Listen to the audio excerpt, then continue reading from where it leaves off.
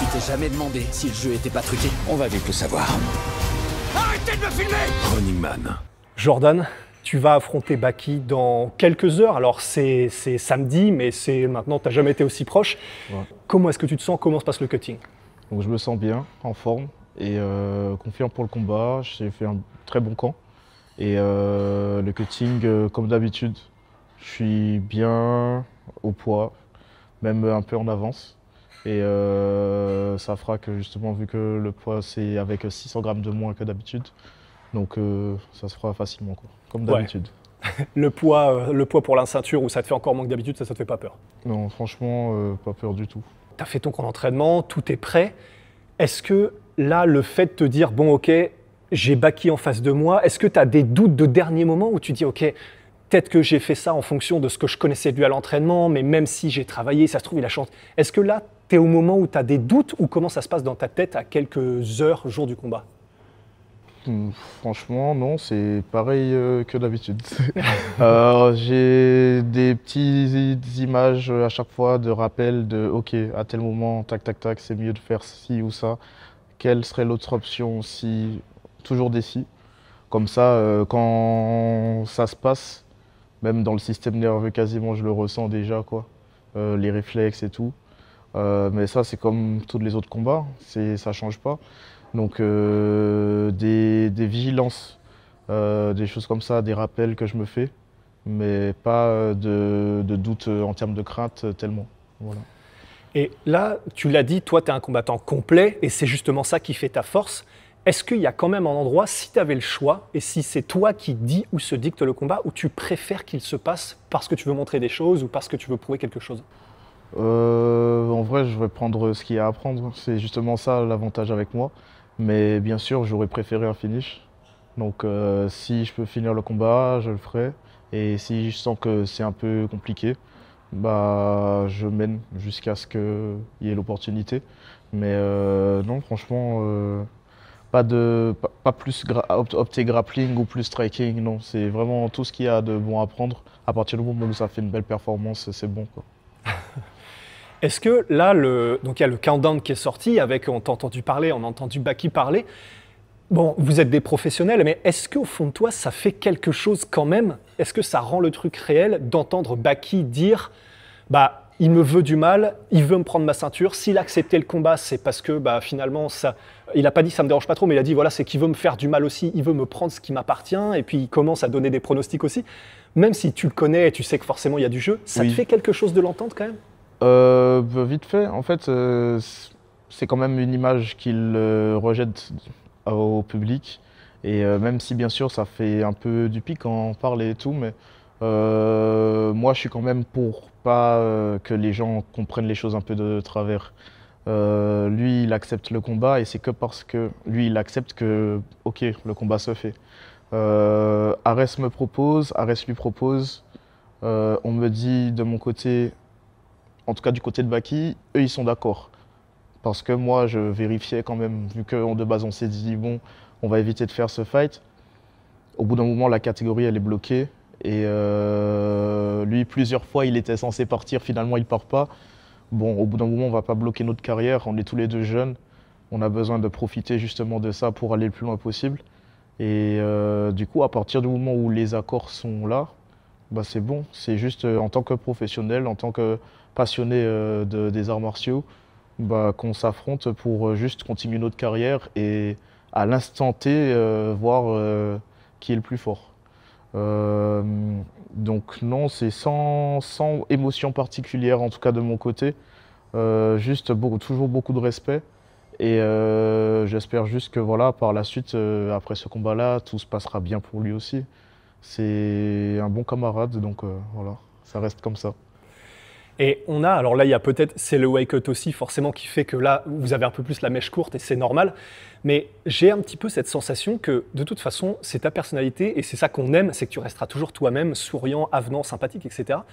Mais j'ai quand même l'impression ces derniers mois et peut-être ouais, dans l'année dernière, l'année passée, que tu as quand même changé en termes d'attitude, la manière dont tu es. On a l'impression que, de toute façon, sympathique, tu vas le rester, mais que tu es quand même un peu plus, pas sérieux et mordant, mais que C'est un peu un Jordan différent. Je pense que on gagne toujours en maturité et avec l'expérience aussi.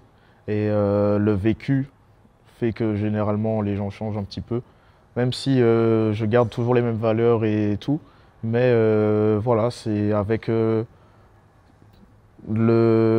comprends mieux les rouages, je comprends mieux aussi le public, comment ça fonctionne. Et du coup, je fais une forme de, pas une coque, pas une carapace, mais voilà, je me préserve en fait. Je comprends mieux un peu ce que je peux dire, comment je peux interpréter certaines choses. Et voilà, c'est des petites différences comme ça, je pense que le public et toi ressentez, quoi. Et là, tu es sur 3 victoires d'affilée. D'ailleurs, est-ce que tu dirais... 4 même, non? Ouh là là, putain, j'en ai oublié une. Il y a donc le Portugais, ensuite Title Shy, ensuite Delguira et ensuite du coup Wissam. Oui, bah oui, Ouais. autant pour moi. Bah, donc 4, c'est même encore mieux. Est-ce que là, tu dirais que tu es au maximum de la confiance? Parce que forcément, après une défaite comme ça, bah, ça marque. Et puis il y a des combattants qui disent que tu reviens jamais le même et qu'il faut du temps pour revenir. Là, tu dirais que tu es revenu à 100% de la confiance? Je pense, en fait, depuis même la défaite, la confiance, elle est là parce que je sais que c'est juste une erreur. Chaque fois, bien sûr, c'est une défaite, mais c'est une erreur plus qu'un... Je sais pas comment dire ça. C'est pas j'ai perdu par rapport à... C'est pas je perds sur un combat où il y a beaucoup de choses, où j'ai le temps de me mettre dedans et tout. Donc c'est arrivé, mais c'est comme ça. Ouais. Donc j'étais déjà confiant, hâte de recombattre. Et lorsque j'ai recombattu, au final, j'ai pu encore mieux montrer qui je suis, quoi. Ouais, ok, ouais. En fait, c'est sûr que c'est un moment où tu ne peux même pas montrer ce que tu sais faire. C'est vrai que, enfin, c'est pas qu'il n'y a pas de déception à voir, parce que forcément, ça fait mal, mais ouais, c'est pas aussi dur que si tu prenais une leçon sur 3 rounds ou quoi. Ça, ou voilà, qu'il y ait eu un vrai échange, voilà. Ouais. Et là, du coup, la confiance que tu as sur ces 4 victoires d'affilée, est-ce que, et en plus face à une opposition, et particulièrement contre Wissam Marmouche, dont on sait que c'est un tueur à gages, là, qu'est-ce que ça te dit de ton niveau? Où est-ce que ça te dit que tu es de battre des gars comme ça et d'en être là? Donc, petit à petit, ça prouve toujours plus que j'ai de quoi arriver au plus haut niveau, là où j'ai envie d'aller. Donc voilà, je continue à prouver à force de travail et de combat avec les gars les plus forts possibles, quoi. Et par rapport à donc, l'équipe de Baki, forcément, il y a aussi Nicolas Haute maintenant qui l'entraîne. Tu connais très bien Nicolas Haute, puisque du coup, vous êtes connus aussi au MMA Factory. Est-ce que ça change quelque chose pour toi de savoir qu'il y a Nicolas qui te connaît aussi dans ce coin-là, sachant que Baki aussi, l'équipe avec laquelle tu travailles, le connaît? Est-ce que pour toi, ça change quelque chose? Ça fait des mind games? Qu'est-ce que ça change? C'est toujours des interprétations, c'est-à-dire que parfois, il y a des adversaires qui pensent te connaître alors qu'il n'y a personne qui s'est entraîné avec toi, il n'y a personne qui t'a déjà coaché. Sauf que là, ils ont un petit plus dans leur tête. Ouais, c'est sûr, lui, il est comme ça. Peut-être un peu plus de certitude. Et peut-être que justement, ça peut être un désavantage au final. Donc c'est différent. Mais je pense que ça peut encore plus appuyer certains défauts qu'on essaie de ne pas avoir, c'est-à-dire voir des vidéos ou se souvenir de sparring qu'on a vu et se dire « Ah, ben lui, en général, il fait ça, ça, ça, ça ». Là, je pense que peut-être ils mettent trop de certitude sur certaines choses qu'ils croient savoir, je pense. Peut-être. Voilà. Ok. Et toi qui t'es entraîné avec Baki et vous avez sparé ensemble, en termes de compétences et de force de frappe, tu le situes où? Donc c'est un gars qui frappe très fort. Je pense que c'est un gars plus puissant que ce que, en tout cas, les gens en général peuvent croire de lui. Mais c'est pas... Bon, après, on ne sait pas. Je pense qu'il a progressé. Je ne sais pas maintenant à quel niveau il est, comment il frappe ou quoi. Mais je me suis préparé pour les plus gros cogneurs, quoi. Voilà. Et par rapport à son MMA total et le fait que ça, c'est quelque chose que vous aimez tous les deux, le fait de savoir naviguer, de transitionner au bon moment sur des timings, etc. Ça, c'est un truc, comment tu l'approches? Tu te réjouis de pouvoir te frotter justement à quelqu'un dont c'est aussi la spécialité? Bien sûr, ah oui. Là, comme j'ai dit, je cherche les gars les plus forts possibles. Il y avait contre Klinkhammer, je voulais. Il y avait contre Djoksovic. J'ai été faire le face-à-face quand il m'a demandé. Parce que c'est ce style de profil-là, déjà, ils sont tous invaincus. Ensuite, ils sont tous extrêmement complets. Et, plus Djoksovic et Baki que Klinkhammer. Mais justement, c'est ce que je veux. Je veux des gars qui se rapprochent un peu de ce que moi j'apporte dans mes combats.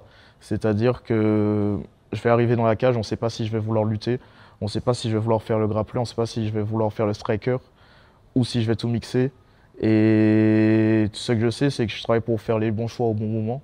Et je veux montrer que je suis plus intelligent et plus complet, plus compétent que ceux que je cherche et qui sont toujours les plus forts possibles. Je cherche vraiment le gars le mieux classé et le plus fort possible. Et si il est complet comme ça, je pense que ça peut faire un meilleur spectacle. Voilà. Et est-ce que quand tu penses à ce combat-là et à l'après, est-ce que tu fais de la visualisation où tu te dis « Ok, si je gagne ce combat-là, voilà comment ça va se passer, il faut que je sois prêt parce que là, ça va encore plus exploser médiatiquement ». Est-ce que tu penses à l'après ? L'après, je sais que je suis préparé parce que voilà, maintenant, je me sens vraiment bien avec tout ça. Et ce que je sais, c'est que je vais juste chercher encore un gars encore plus fort. C'est l'objectif. Je sais que voilà, je vais défendre la ceinture. Normalement, en cas de victoire, je gagne la ceinture, je la défends. Et on voit si l'UFC appelle ou pas. Mais pour le moment, je suis très bien à Arès, je suis très content. Voilà. Est-ce que là, entre les deux, donc là tu sais bien parce que toi tu fais les deux en même temps, c'est-à-dire que tu combats Baki et en même temps qui est invaincu, que tout le monde connaît, qui est une des figures de proue en France, et pour la ceinture Arès, pour toi, qu'est-ce qui a le plus de poids ? Est-ce que, parce qu'il y a des combattants à l'UFC qui disent « moi je veux que la ceinture, je m'en fous de qui », comme Thomas Spinal, et il y en a qui s'accrochent que au nom, toi tu te situes où ? Bon, c'est la ceinture. L'adversaire, c'est un adversaire. Et comme on dit, le MMA, on ne peut pas trop savoir. Je combats un gars où on pense qu'il va apporter une certaine résistance, mais parfois un gars moins classé peut-être peut mettre plus de résistance, ou inversement, on ne peut jamais savoir ce que ça va donner. Ce que je sais, c'est que voilà, je le situe bien et moi, je vais chercher toujours plus. Voilà, c'est comme ça que je vois. Là, la ceinture, c'est l'objectif. Ça aurait été quelqu'un d'autre, peu importe. Mais voilà, c'est juste la ceinture l'objectif. Je vois surtout ça en priorité. Jordan, merci beaucoup. Merci beaucoup à toi.